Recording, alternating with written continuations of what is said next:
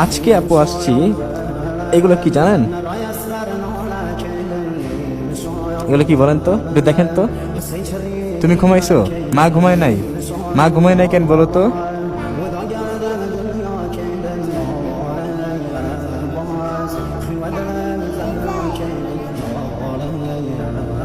আরে আল্লাহ।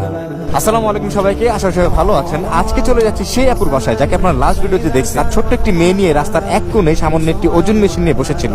তার সাথে কথা বলার পর জানতে পারি উনি ঢাকায় চলে আসছে অভাবে পড়ে, আর ওনার আত্মীয় স্বজন বলতে ঢাকায় কেউ নাই। আর তার থেকে বেশি খারাপ লাগে, উনি যেদিন ঢাকায় আসে সেদিন রাতে নাকি সারা রাত এক মসজিদের নিচে বসেছিল, তার সন্তানকে পাহারা দিচ্ছে, একটা মিনিটও ঘুমায় নাই।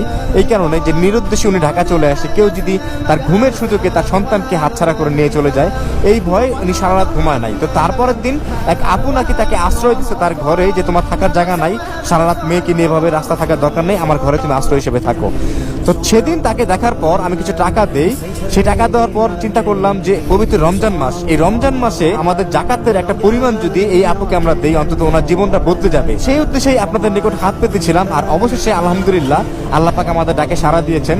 আমরা বিশাল অঙ্কের একটা টাকা ওনার জন্য ম্যানেজ করতে পেরেছি জাকাতের অংশ থেকে। ধন্যবাদ আপনাদের সবাইকে। আর তার বাসায় যাচ্ছি, তার বাসায় যাওয়ার আগে আর একটা কথা বলতে চাই, সেটা হলো উনি যেই বাসায় আশ্রয় হিসেবে ছিলেন, এখন উনি নাকি আলাদা বাসা নিছেন ঘর ভাড়া করে। কারণ আমি যে টাকা দিয়েছিলাম প্রথম দিন, সেই টাকা দিয়ে উনি নাকি একটা ঘর ভাড়া করে নিছে তার মেয়েকে নিয়ে, অন্তত উনি যেন নিরাপদে থাকতে পারেন। তো এইটা শোনার পর আমি যে কি পরিমাণ খুশি, এই কারণে খুশি আমি যেই পরিমাণ টাকা ওনার জন্য কালেক্ট করছি, এই টাকাগুলো আমি একটু চিন্তিত ছিলাম। কারণ উনি যেই ঘরে ছিলেন আশ্রয় হিসাবে, সেই ঘরে যদি আমি এতগুলো টাকা তার কাছে দেই, তো একটা বিপদ হতে পারে। এই কারণেই উনি যেই ঘরে আশ্রয় আছে, ওই আশ্রয় হিসাবে সেই মানুষ তার পরিচিত কেউ